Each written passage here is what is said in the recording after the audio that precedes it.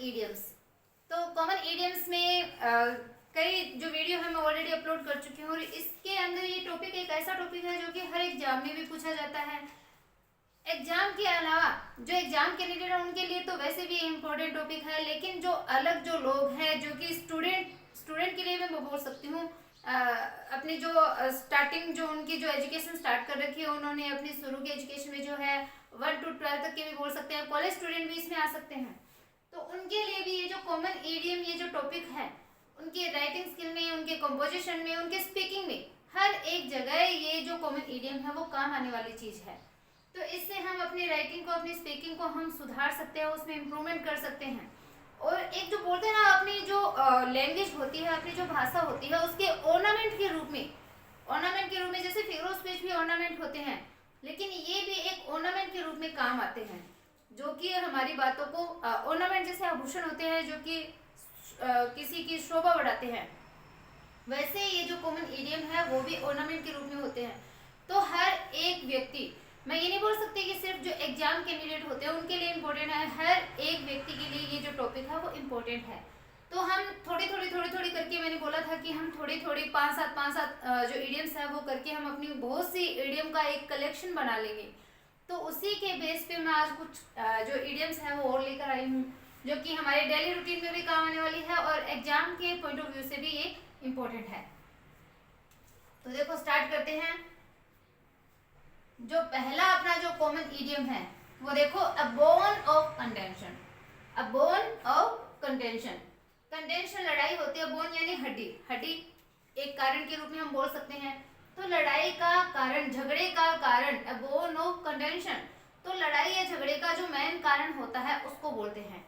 तो देखो एग्जाम्पल की अगर मैं बात करूं, Sumit is a bone of contention among his family.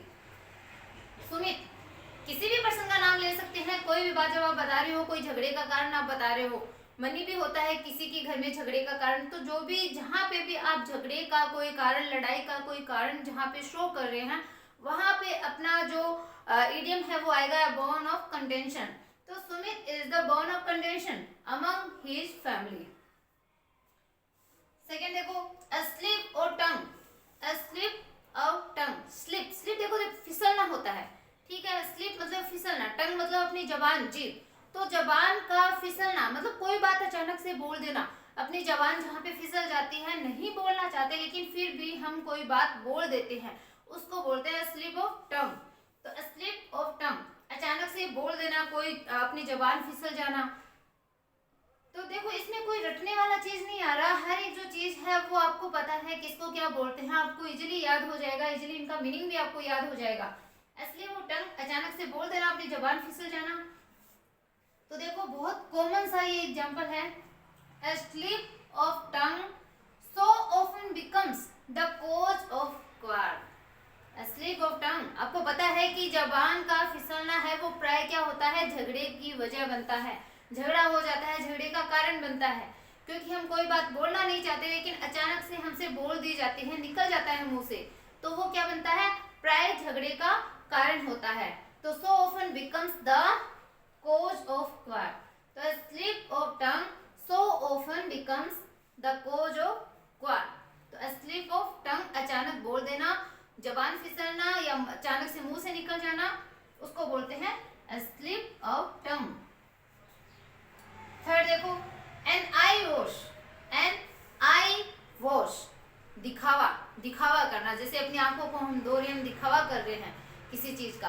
तो एन आई वॉश यानी दिखावा करना। दिखावा किससे होता है, आंखों से होता है, आप इससे भी याद कर सकते हो। तो किसी चीज का दिखावा करना मतलब हम शो करना चाहते हैं कि हमें बहुत ज्यादा आपसे सिंपैथी है, या हम शो कर रहे हैं कि हम बहुत ज्यादा पढ़ते हैं। किसी चीज का दिखावा करना जो कि एक्चुअल नहीं है बट हम शो कर रहे हैं, ज्यादा शो कर रहे हैं। तो देखो इसके एग्जाम्पल देखो, है crocodile tear shows that all this is only an eye wash। है क्रोकोडाइल टीयर्स, देखो क्रोकोडाइल टीयर्स क्या होते हैं, मगरमच्छ के आंसू। मगरमच्छ के आंसू मतलब दिखावटीपन होना, दिखावा होना किसी चीज का। तो क्रोकोडाइल टीयर्स मगरमच्छ के आंसू, घड़ियाली आंसू, या मतलब नाटक करना, किसी चीज में दिखावा करना, तो उसको भी ये क्रोकोडाइल टीयर्स भी बोलते हैं। तो हाँ, हर किसी का नाम भी आ सकता है, her crocodile tear show that all this is, मतलब जितना भी कुछ एक जो हैपन्स हो रहा है, जो भी घटनाएं हो रही है, वो सारा क्या है, all this is only an I wash. ये सारी चीज क्या है, आई वॉश है, सारी चीज है वो क्या है, एक दिखावा है, तो उसको बोलते हैं एन आई वॉश। कई बार होता है ना, कुछ ज्यादा ही शो करने लग जाते हैं कि हमें तो इससे बहुत ज्यादा सहानुभूति है, सिंपैथी है, रोना शुरू कर देते हैं दिखावे के लिए कि हमें तो बहुत ज्यादा दुख हो रहा है इस बात पे। तो वो देखो क्रोकोडाइल टीयर्स उसके लिए बोले हैं, her crocodile tears shows that all this is only an eyewash. तो फोर देखते हैं, देखो at the root of, root मतलब जड़, जड़ में किसी चीज की जड़ होना, किसी चीज का कारण होना, एकदम मूल में होना, उसको बोलते हैं एट द रूट ऑफ। तो जड़ में देखो इग्नोरेंस, इग्नोरेंस अज्ञानता होती है, तो देखो ignorance lies at the root of misunderstanding, की जो इग्नोरेंस होती है, इग्नोरेंस जो अज्ञानता होती है, वो क्या होती है, जो मिसअंडरस्टैंडिंग होती है, मतलब जो ना समझी एक तरीके से होती है, किसी के बीच में कोई गलत जो अंडरस्टैंडिंग हो जाती है, उसको बोलते हैं मिसअंडरस्टैंडिंग। मतलब जैसे कि वहम हो जाना किसी चीज का, उसको बोलते हैं मिसअंडरस्टैंडिंग। तो ये जो इग्नोरेंस होती है, जो अज्ञानता होती है, क्योंकि हमें ज्ञान ही नहीं है, हमें नॉलेज ही नहीं है, तभी तो मिसअंडरस्टैंडिंग होती है। तो ये क्या होती है, at the root of misunderstanding. तो जो इग्नोरेंस होती है lies at the root of, वो जड़ में होती है, वो कारण होती है, जो इग्नोरेंस है वो मिसअंडरस्टैंडिंग का। ये किसी पे बिलीव नहीं होना, अनबिलीविंगनेस जो होता है, वो भी एक तरीके से जड़ होता है मिसअंडरस्टैंडिंग का। किसी पे विश्वास नहीं होगा तभी तो मिसअंडरस्टैंडिंग होगी। अगर बिलीव है, विश्वास है, अगर हम भरोसा करते हैं, देन किसी भी प्रकार की जो मिसअंडरस्टैंडिंग है वो नहीं हो सकती। तो इग्नोरेंस हो सकता है, जो अनबिलीविंगनेस हो सकता है। Next, bosom friend. Bosom friend मतलब जो बेस्ट फ्रेंड होता है, जो घनिष्ठ मित्र होता है, एकदम क्लोज फ्रेंड जो होता है, उसको बोलते हैं बोजम फ्रेंड। तो एकदम इजी से, एकदम सिंपल से ये इडियम है, ममता इज माई बोजम फ्रेंड। कोई भी हो सकता है अपने बोजम फ्रेंड के बारे में।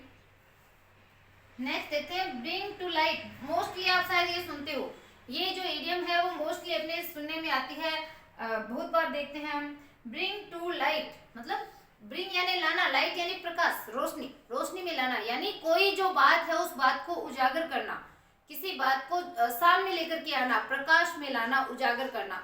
तो देखो प्रकाश में लाना, प्रकाश में लाना का मतलब ये नहीं कि पहले अंधेरा है फिर लाइट जला दी और उसको उस लाइट के अंदर ले आए।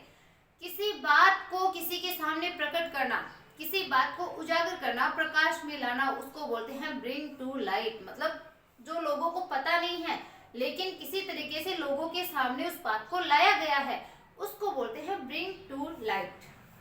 तो देखो द इन्वेस्टिगेशन, इन्वेस्टिगेशन जो जांच होती है, the investigation brought to light many frauds.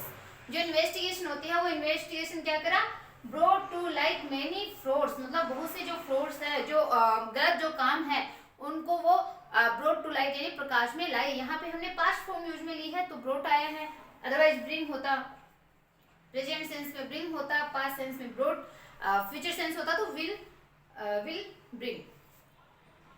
तो the investigation brought to light many frauds. तो आई होप आपको ये जो जो इडियम है वो आपको समझ में आई है, पढ़ाया हुआ अच्छा लगा है।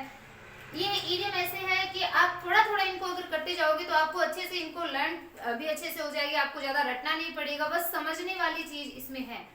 तो आपको वीडियो है वो पसंद आई है, अगली वीडियो में हम और कॉमन इडियम्स करने वाले हैं। Okay bye.